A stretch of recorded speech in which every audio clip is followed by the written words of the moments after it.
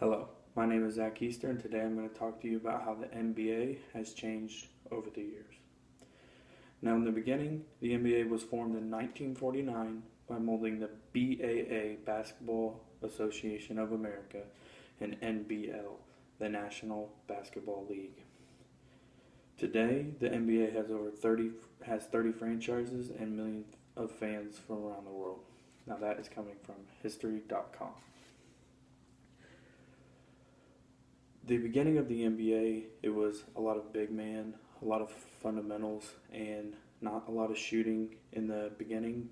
As soon as the league was formed, there was no three-point line.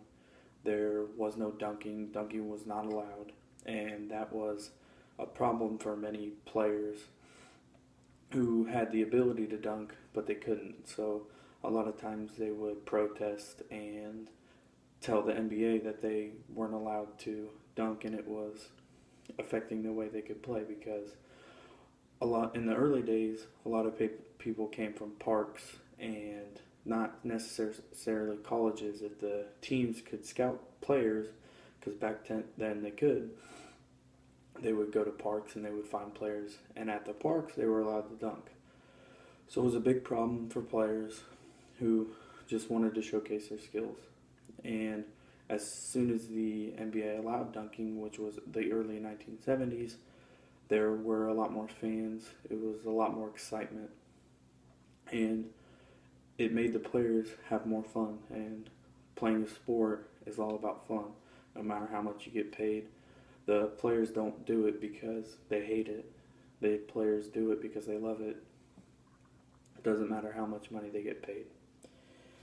Now, with the change in the NBA, first, in the beginning, the ball was a soccer ball. Very similar, had laces, had just not a very good ball. And today, the ball is bigger. It was easier to bounce. When they redesigned it, it was lighter. And they got rid of the laces. It was just a terrible ball to have. So they designed it something similar to this. Now today, the ball size is 30 inches in diameter for the NBA. In the WNBA, it's 26 inches in diameter. So that was a big change. As soon as they changed the ball, players could just play better. It was easier to handle. It was just a great redesign move. And that information is coming from hooptactics.com, and the author of that was Ernie Woods. With the change in everything from how the players played to how players play now, the emphasis on the three-pointer was a big change. As soon as the three-point line got integrated into the NBA, it was a huge change. So instead of just having 2 points every time you go up the floor, you had the chance to score 3 points, and many teams took advantage of that.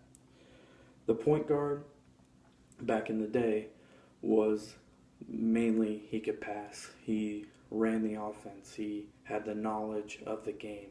He just made all-around good plays. Today in the NBA, you will not find a point guard on a starting point guard on an NBA team that cannot shoot.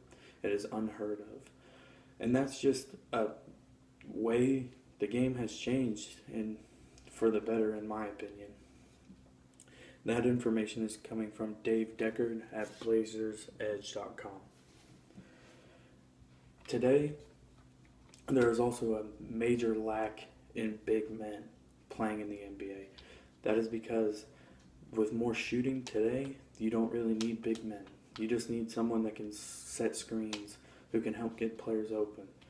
And with the lack in big man comes the lack in physicality. There's still great big men in the NBA, but the lack of dominance down low makes people want to shoot the ball more, and it is easier to score down low. Teams are specifically looking now, because of the change in the NBA, players that can shoot the three-point ball or score in any way.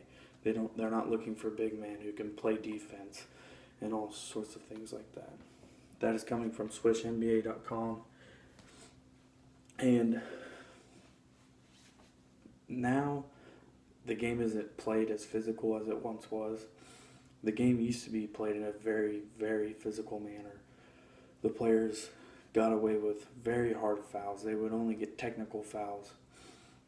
A technical foul is when the player fouls another one in a bad way, just really hard, argues with the referee, and they would just shoot free throws. Or there was a flagrant one foul. That was the player who fouled got a flagrant foul, and the player who got fouled shot 2 free throws, and the team got the ball back. Today, there are flagrant 2 fouls. That is when a player fouls just way intentionally bad, hits someone in the head and on purpose, and they're kicked out of the game and likely suspended. Back in the day, early 90s, late 80s, late 70s, the players could get away with a lot more, and they did. A good example is the Detroit Pistons, the Bad Boys, with Isaiah Thomas, Bill Laimbeer, Rick Mahorn. Those players were feared. They were nicknamed the Bad Boys because no one could score on them. If you went into the paint on them, you were guaranteed you were hitting the floor. And today, you won't find that in the NBA. The commissioners are a lot more stern. They don't play around anymore. It's played very seriously.